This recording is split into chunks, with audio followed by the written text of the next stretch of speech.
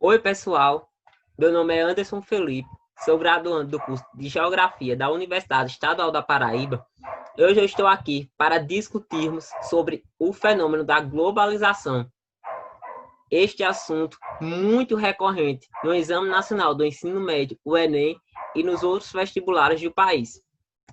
Então, o que é globalização?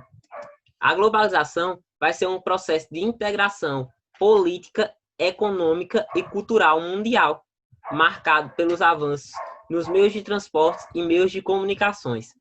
Nesse sentido, para nós entendermos este processo de globalização, é preciso sabermos que ele vai ser um processo que vai estar diretamente ligado ao avanço dos meios de transporte e meios de comunicações. Até o século XV, o meio natural e as limitações tecnológicas dificultavam as relações econômicas e culturais entre povos de diferentes continentes e entre populações de uma mesma região. Então, se eu nascesse numa determinada região da Europa, por exemplo, dificilmente eu iria conhecer a cultura de outros lugares do mundo. Por quê? Porque não havia a questão desses meios de comunicação como existe hoje em dia, como a televisão, a internet. Então, as pessoas, quando iriam saber sobre a cultura de outros lugares, era através de relatos e de lendas contadas através dos viajantes e dos navegantes que conheciam, né, um pouco sobre a cultura desses outros locais. Então, dessa forma, se a gente for analisar na nossa realidade atual, a gente vai ver o quê? Que é possível conhecermos sobre a cultura de outros lugares, mesmo sem sair das nossas casas, através da internet, através dos meios de comunicação. Então, com o avanço tecnológico, possibilitou, né, o avanço, né, do conhecimento, né, entre os países do mundo, entre as diversas culturas do mundo, o que não existia até então no século XV. Dessa forma, o isolamento e a autossuficiência eram condições comuns à maioria dos povos. Nesse sentido, até o século XV, a Terra abrigava 5 economias mundo. No caso, o quê? 5 economias autossuficientes. No caso da Europa, China, Índia, África Árabe e a América. E quando esse cenário passou a mudar? Esse cenário passou a mudar a partir mesmo do século XV, quando as economias mundo passaram a ser o quê? Passaram a ser a sistema mundo. Por que elas passaram a ser a sistema mundo? Porque elas começaram, né, a irem para outros territórios através das grandes navegações. Então, a gente vai ver que o ponto-chave de início da globalização vai ser o quê? Vai ser as grandes navegações. Nessa imagem, a gente está vendo o quê? Pronto, está começando a globalização. Então, a gente vai ver que os países europeus, né, que estavam na economia mundo da Europa, eles vão começarem através do Oceano Atlântico, a explorarem outros lugares do mundo. E eles vão descobrir novos territórios, como no caso do território da América, que vai ser chamado de Novo Mundo. Dessa forma, a partir das grandes navegações, né, que vão ter como países principais de início Portugal e Espanha, vai começar a questão do comércio para outros lugares que até então eram desconhecidos, né, pelo restante do mundo. Nesse sentido, as 4 fases da globalização. Nós podemos ver que a globalização ela irá ser dividida em fases, tendo a primeira fase começada justamente no século XV com as grandes navegações. Então, entre o século XV e o século XIX, vamos observar o quê? Uma ampliação entre a migração de pessoas e as circulações de produtos. Por quê? Agora, um produto, né, uma matéria-prima que só existia no continente americano, ela vai passar a ser levada para o continente europeu, né? Então, a gente vai ver o quê? Que os produtos, né, vão começar, né, a ter os produtos eles vão começar a ser levados para outros locais do mundo, né? Então a gente vai ver que vai haver uma ampliação do comércio. Dessa forma, na segunda fase, que é entre a segunda metade do século XIX e o fim da Segunda Guerra Mundial, em 1945, a gente vai ver que já vai haver uma maior inovações das técnicas aplicadas à indústria, aos transportes e às comunicações, com a expansão das ferrovias e do uso de automóveis, aviões, telégrafos, telefones e rádios, contribuindo assim para intensificar, agilizar e ampliar a difusão de relações econômicas capitalistas para outros territórios. Então a gente vê aí que já na segunda fase da globalização, a gente vai ver que vai haver uma ampliação dos meios de transportes, né? Uma ampliação do comércio internacional. Mas a gente precisa destacar que não vai ser todos os países do mundo, né, que vai se destacar na questão do comércio internacional, né, na questão do desenvolvimento desses meios de transportes. A gente vai ver que os países desenvolvidos, né, os países desenvolvidos, que é uma expressão, países desenvolvidos e subdesenvolvidos, uma expressão que vai surgir após a Segunda Guerra Mundial, a gente vai ver que é os países desenvolvidos que vai justamente se destacar na questão desses meios de transportes e na questão do comércio internacional. Dessa forma, na terceira fase, que compreende entre 1945 e 1989, o processo de globalização ele vai estar condicionado à Guerra Fria. Então, nessa imagem a gente pode ver o quê? Mundo bipolar, Estados Unidos versus a União Soviética. Então, a Guerra Fria ela foi um conflito ideológico, né, entre os Estados Unidos, do lado capitalista, e a União Soviética, do lado socialismo. Ambos queriam desenvolver, né, ampliar esses sistemas, né, para o restante do mundo. Então, o capitalismo, né, o capitalismo pelos Estados Unidos e o socialismo pela União Soviética. Os Estados Unidos queriam ampliar o capitalismo para o restante do mundo e a União Soviética queria ampliar o socialismo para o restante do mundo. Então, nessa fase, a globalização ela vai começar a se expandir em grande parte graças aos avanços tecnológicos na informática, nas telecomunicações e nos meios de transportes. Quarta fase. Na quarta fase, a gente vai ver o quê? Que o que ocorreu naquela terceira fase entre o capitalismo e a União Soviética, né? O capitalismo, ele saiu vitorioso. Então, a gente vai ver o quê nessa quarta fase? Uma ampliação do capitalismo para o restante do mundo. Porque os países que até então eram socialistas, né, eles passam a adotar o capitalismo. Então, nessa fase, a gente vê a ampliação do sistema capitalista. Então, os avanços tecnológicos com predomínio da informática favoreceram ainda mais a expansão do capitalismo. Na atual fase da globalização, tem-se observado um extraordinário crescimento do comércio internacional.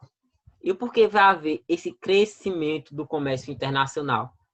Porque, se a gente for observar, houve o avanço dos meios de transportes, houve o avanço dos meios de comunicações. Dessa forma, possibilitou o quê? Possibilitou com que os países eles se integrassem, tanto economicamente, tanto politicamente, como culturalmente. Então, a gente vai ver o quê?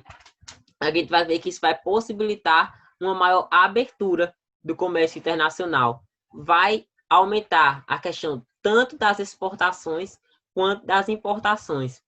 Então, nesse sentido, sempre que falamos dos comércios internacionais, precisamos destacar o quê? Precisamos destacar as empresas transnacionais. em todo o mundo, parte expressiva da produção, do comércio e do consumo vai ser impulsionada pelas chamadas transnacionais. E o que são essas empresas transnacionais? As empresas transnacionais são empresas que vão ter suas matrizes, principalmente nos países desenvolvidos. Por que eu digo principalmente nos países desenvolvidos? Porque elas também vão se instalar nos países subdesenvolvidos emergentes. Elas vão ter suas matrizes também nos países subdesenvolvidos emergentes. Tanto os países desenvolvidos quanto os países emergentes, eles vão ter empresas transnacionais. E essas empresas transnacionais, elas vão buscarem se instalarem, principalmente onde? Principalmente nos países subdesenvolvidos. Porque nos países subdesenvolvidos vai haver a questão de mão de obra farta e barata, né? A questão o quê? Da matéria-prima. A matéria-prima para ser transformada na indústria, vai ter a questão da matéria-prima abundante e os governos dos países subdesenvolvidos irão oferecer subsídios para que aquelas empresas se instalem no país. Por que eles vão oferecer subsídios? Porque aquelas empresas vão gerar empregos, diminuir o número de empregados, vai fazer com que as pessoas possam comprar os produtos, né, que são produzidos naquele país. Então, movimentar a economia do país. Então, os países subdesenvolvidos, eles oferecem subsídios justamente por isso. Então, essas empresas têm o principal objetivo de aumentar os lucros, né? Através de o quê? Através de uma produção descentralizada. As transnacionais, elas têm como principal objetivo se expandirem, né? Por quê? Porque o mercado, ele é altamente competitivo. Então, se essas empresas não se expandem, elas vão perderem mercado para outras empresas que conseguirem se expandirem mais do que elas. Então, através de uma produção descentralizada, essas empresas conseguirão desenvolver o mesmo produto, né? Através do quê? Através de uma mão de obra mais barata, né? E através de uma matéria-prima também mais barata. É justamente o que é que vai ser essa produção descentralizada. Por exemplo, um carro, né? Um carro, ele vai poder ser produzido uma parte do carro nos Estados Unidos, outra parte do carro no Brasil, outra parte, né, na Argentina, e no final vai fazer a junção todinha desse carro nos Estados Unidos. Então, a gente vai ver o quê? Que cada parte do carro ela foi produzida num determinado lugar do mundo. Por quê? Porque esse determinado lugar do mundo ofereceu a questão de uma mão de obra mais barata e de uma matéria-prima para produzir aquela determinada parte do carro. Então, a gente vai ver o quê? Que essas empresas transnacionais, né, elas vão ter fábricas globais em todo o mundo. Por quê?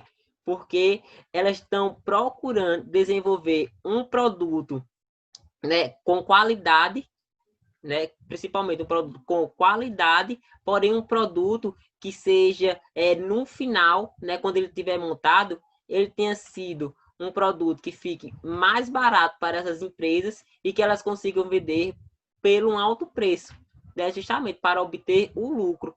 Então, essa vai ser uma produção descentralizada, a produção de um produto que vai acontecer em diversas partes do mundo. Dessa forma, quando nós falamos da globalização, a gente vai ter que falar também da questão do aumento do desemprego na economia global. Por quê? A gente acha que essas empresas, você acha que essas empresas transnacionais, elas vão querer, né, ou qualquer outra empresa, vai querer ter muitos trabalhadores trabalhando para elas? Pelo contrário, não. Porque quanto mais trabalhadores, maiores os custos. Então, as máquinas, elas vêm para substituírem a mão de obra humana. Então, dessa forma, quanto mais máquinas tiver naquela determinada empresa, menos mão de obra humana precisará para se trabalhar naquela empresa. Então, na atual fase da globalização, a inserção das inovações tecnológicas nos processos produtivos tem contribuído para aumentar o desemprego. No caso, o desemprego estrutural ou tecnológico, que é justamente o desemprego causado pela chegada das máquinas, que vai substituir a mão de obra humana, né? Se antes da chegada das máquinas precisava de 1.000 trabalhadores numa fábrica, agora com a chegada das máquinas, vai precisar das máquinas dessa determinada empresa, vai precisar de menos de 100 trabalhadores, por exemplo, para manusear as máquinas. Então, a gente vê o quê? Que as máquinas, elas vêm para substituírem a mão de obra humana, fazendo com que o produto seja mais barato, né? Tenha um preço de produção mais barato no final, né? E que a empresa obtenha o maior máximo de lucro possível. Então, dessa forma, quanto menor o número de trabalhador, menor será o gasto com os empregados, né? Então, dessa forma, os meios tecnológicos, eles vão substituir a mão de obra humana, causando a questão do desemprego estrutural. Então, agora vamos discutir algumas questões que envolvem o tema da globalização. Questão número 1. Não acho que seja possível identificar a globalização apenas com a criação de uma economia global. Embora este seja seu ponto focal e sua característica mais óbvia, precisamos olhar além da economia. Antes de tudo, a globalização depende da eliminação de obstáculos técnicos, não de obstáculos econômicos. Isso tornou possível organizar produção e não apenas o comércio em escala internacional. Um fator essencial para a organização da produção na conjuntura destacada no texto aí tem as alternativas: a criação de uniões aduaneiras, difusão de padrões culturais, melhoria na infraestrutura de transportes, supressão das barreiras para comercialização, organização de regras nas relações internacionais. A gente precisa destacar o que nessa questão? Precisamos destacar, está falando que um fator essencial para a organização da produção na conjuntura destacada no texto sempre que a gente falar em globalização, a gente precisa analisar o que é essencial, né? O que é que vai ser essencial para o desenvolvimento da globalização, né? Vai ser justamente a questão do aprimoramento, né, desenvolvimento dos meios de transportes e meios de comunicação. Então, qual é a alternativa, né, dessa questão que está falando, da questão da melhoria da infraestrutura de meios de transportes? A letra C. Então, a letra C, melhoria na infraestrutura de transportes. Ao criar uma rede de transportes eficiente, os custos para a exportação diminuem e torna o princípio da globalização realidade. Por isso, a alternativa C está coerente com o que foi argumentado na questão. Aí, outra questão. No final do século XX, em razão dos avanços da ciência, produziu-se um sistema presidido pelas técnicas de informação, que passaram a exercer um papel de elo entre as demais, unindo-as, assegurando a um novo sistema uma presença planetária. Um mercado que utiliza esse sistema de técnicas avançadas resulta nessa globalização perversa. Uma consequência para o setor produtivo e outra para o mundo do trabalho, advinda das transformações citadas no texto, estão presentes respectivamente em a eliminação das vantagens locacionais e ampliação da legislação laboral, b, limitação dos fluxos logísticos e fortalecimento das associações sindicais, c, diminuição dos investimentos industrial e desvalorização dos postos qualificados, d, concentração das áreas manufatureiras e redução da jornada semanal, e automatização dos processos fabris e aumento dos níveis de desemprego. Aí a gente precisa analisar aquela questão que já discutimos. Com a chegada das máquinas, vai causar o quê? Vai causar a questão do desemprego estrutural, que é justamente o desemprego causado, né, pelas máquinas, que vai substituir a mão de obra humana. Então, nessa questão, onde é que tem falando do aumento dos níveis de desemprego, né? Causado pela chegada das máquinas. Então, a gente vai ver o quê? Que é na letra E, justamente a automatização dos processos fabris e aumento dos níveis de desemprego. O texto faz menção aos avanços das ciências ocorridos com a segunda revolução industrial, final do século XX. Estes avanços sempre significaram eficiência na produção. Justamente, os avanços, né, proporcionados com a chegada das máquinas vai proporcionar o aumento da produção, né? Vai produzir muito, né, em um tempo menor do que se fosse o quê? Uma produção artesanal, uma produção manufatureira, né? Então, vai produzir muito mais do que o homem produzindo sem a máquina. Então, estes avanços sempre significaram eficiência na produção, mas demissões e diminuição de emprego, porque a máquina substitui a força de trabalho do ser humano. Outra questão, era em 2015. Um carro esportivo é financiado pelo Japão, projetado na Itália e montado em Indiana, México e França, usando os mais avançados componentes eletrônicos que foram inventados em Nova Jersey e fabricados na Coreia. A gente pode observar aí, só nesse trechinho, já que tem a ver com a globalização. Um carro esportivo é financiado pelo Japão, projetado na Itália e montado em Indiana. A gente vai ver aí a questão da produção descentralizada, que a gente já viu, que é a produção de um determinado produto, né, que pode ocorrer em vários países do mundo, né? Então, em Indiana, México e França, usando os mais avançados componentes eletrônicos que foram inventados em Nova Jersey e fabricados na Coreia. A campanha publicitária é desenvolvida na Inglaterra, filmada no Canadá, a edição e as copas feitas em Nova York para serem veiculadas no mundo todo. O que é que a gente pode observar? Que o fenômeno da globalização ele vai proporcionar justamente isso. O que é produzido no Brasil, por exemplo, um filme que é produzido no Brasil, qualquer pessoa de qualquer lugar do mundo poderá ver esse filme. Então, não existe, né, algo que seja produzido em um lugar que fique apenas naquele local. Não. Agora, com a globalização, o que se é produzido em um local chega a outros locais do mundo, justamente por causa do avanço das tecnologias de comunicações.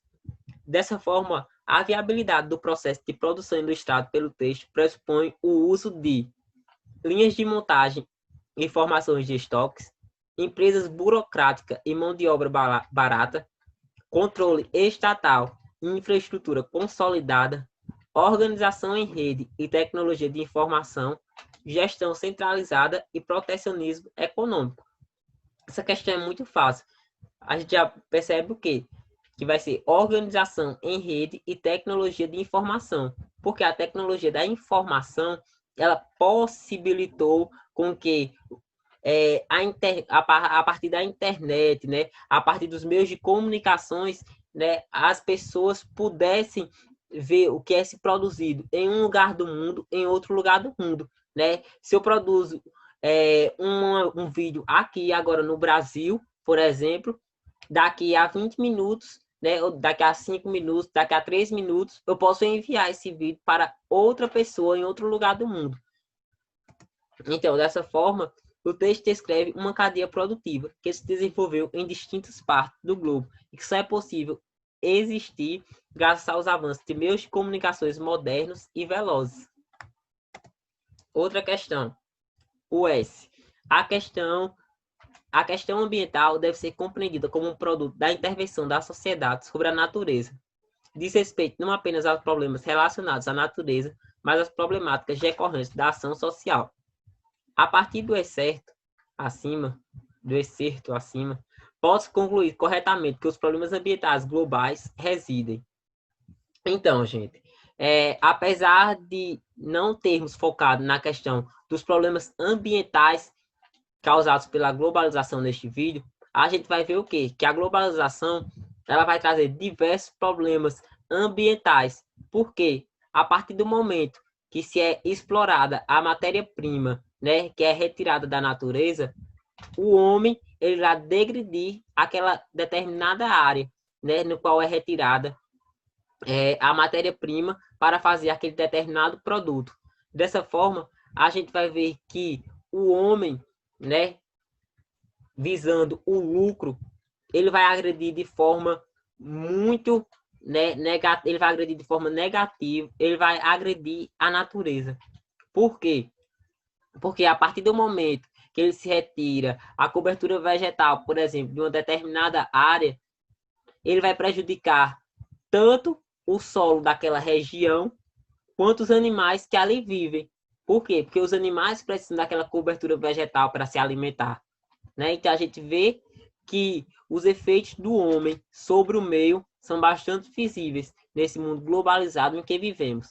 Dessa forma, a partir do conceito acima, posso concluir corretamente que os problemas ambientais globais residem na forma como o homem e a sociedade apropria-se da natureza, nas relações de consumo e não nas relações de produção, principalmente na forma de exploração dos recursos naturais não renováveis, apenas nas relações de produções, porque estas não têm vinculação com o consumo. Então, o que é que eu falei? Que o homem ele vai se apropriar da natureza. Então, qual a alternativa que está falando na questão da apropriação do homem pelo meio? Na forma como o homem e a sociedade apropria-se da natureza. Alternativa A é a mais genérica, porque afirma com muito acerto que os problemas ambientais são fruto da ação do ser humano sobre a natureza. Isso é verdade, pois ao interferir na natureza de forma predatória, a população humana acaba rompendo o equilíbrio ecológico. O FOL. Um dos temas mais debatidos na geografia humana da atualidade é o da globalização. Sobre esse tema, é incorreto afirmar o que segue. Sua origem pode ser identificada no período mercantilista, iniciado aproximadamente no século XV. Sim, a gente viu que a globalização ela teve início no século XV, né, no período das grandes navegações. Então, a globalização das comunicações tem sua face mais destacada na rede mundial de computadores, que permite um intenso fluxo de troca de ideias e informações. Correto. A gente viu o quê? Que com o avanço dos meios de comunicação, né, vai haver uma intensa troca de ideias e informações entre todos os membros do mundo, né, entre todas as pessoas do mundo. Uma informação, né, que é divulgada aqui no noticiário no Brasil, uma pessoa que está em outro lugar do mundo poderá ter acesso em questão de minutos. Então, a gente vê que a globalização das comunicações, né, ela vai ter sua face destacada, né, mais destacada na rede mundial de computadores. Por quê? Porque as pessoas hoje em dia, elas estão diretamente, né, ligadas com a questão da internet, né, mesmo que não seja através do computador mesmo, do computador em si, vai ser através do celular, né? Então, letra C. A globalização das comunicações, paradoxalmente, diminuiu a universalização do acesso a meios de comunicações. Apesar da inovação tecnológica, isso deve à lógica do mercado do sistema capitalista. Letra D. Os efeitos da globalização no mercado de trabalho são evidentes com a criação de modalidades de emprego para países com mão de obra mais barata, voltada à execução de serviços que não exigem alta qualificação. A globalização, letra E. A globalização intensifica o ritmo das mudanças no meio de produção, tendo a um aumento de tecnologias limpas e sustentáveis. Vamos analisar essas três alternativas. Começando pela letra C. A globalização das comunicações paradoxalmente diminuiu a universalização do acesso aos meios de comunicação. Será que a globalização diminuiu o acesso aos meios de comunicação? Pelo contrário, a globalização ela proporcionou o aumento do acesso aos meios de comunicação, mesmo que esse aumento, né, não alcance todas as pessoas do mundo.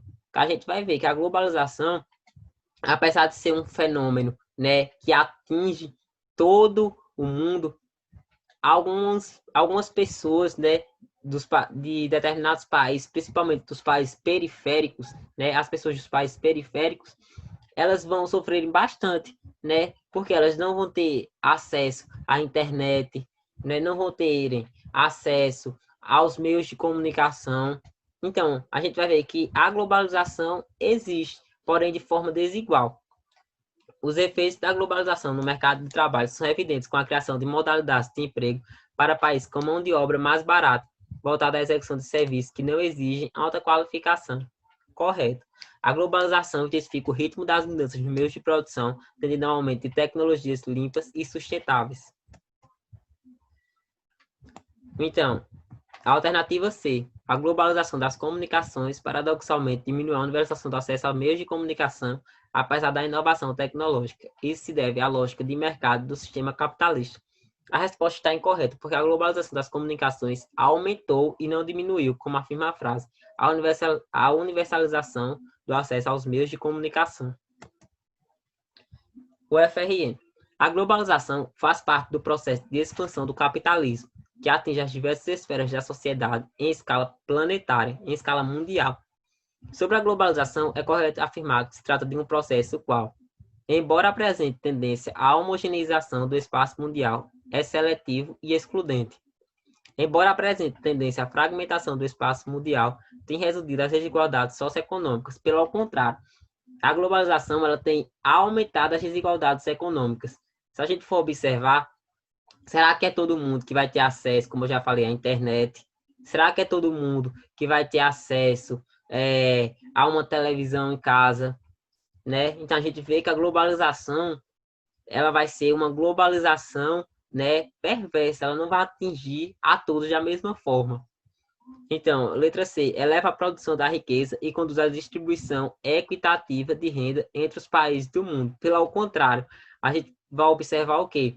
Que os países capitalistas desenvolvidos, né, os países desenvolvidos, eles vão sempre estar acima, né, dos países subdesenvolvidos. Quando eu falo que sempre eles vão estar acima, sempre eles vão ter um poder político, né, um poder econômico, né, um poder cultural sobre os países subdesenvolvidos. Então a gente não pode dizer que a globalização ela conduz a uma distribuição equitativa de renda entre os países do mundo. Pelo contrário, se a gente for comparar, por exemplo, será que a população dos Estados Unidos tem uma condição de vida que nem a população da Etiópia? Não, né? Porque a Etiópia vai ser um país subdesenvolvido, bastante pobre, diferentemente dos Estados Unidos, que vai ser um país desenvolvido, né, bastante rico. Então a gente vai ver essas diferenças. Mas a gente precisa destacar também o quê? Que até mesmo na população dos Estados Unidos, né, irá haver diferenças. Porque a gente sabe que dentro de um país irá ter pessoas de diversas classes sociais, né? Vai ter pessoas pobres, vai ter pessoas ricas, vai ter pessoas de classe média. Porém, isso vai ser observado de uma forma diferente. Vai ter um menor número de pessoas pobres, né? A população ela vai ter acesso, né, a poder, ela vai ter um maior acesso ao consumo, né? Então a gente vai ver que vai ser realidades distintas, né, entre os países desenvolvidos, países subdesenvolvidos.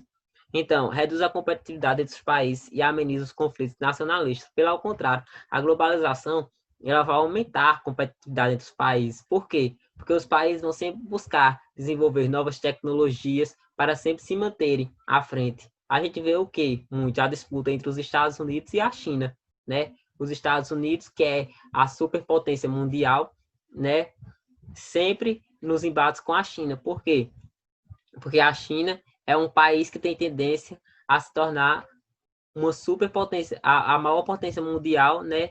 Daqui a alguns anos. Então a gente vê que há um conflito bastante entre os países. Então, dessa forma, a alternativa correta, né, sobre a globalização, embora apresente tendência à homogeneização do espaço mundial, é seletivo e excludente. O processo de globalização não traz os mesmos benefícios para todos e por isso ela é seletiva. Apesar da abertura de fronteiras e da circulação de bens de consumo e culturais, o fato é que as periferias do mundo continuam excluídas do processo e assim a globalização é excludente. Pronto, gente, essa é a minha contribuição. Obrigado e até a próxima.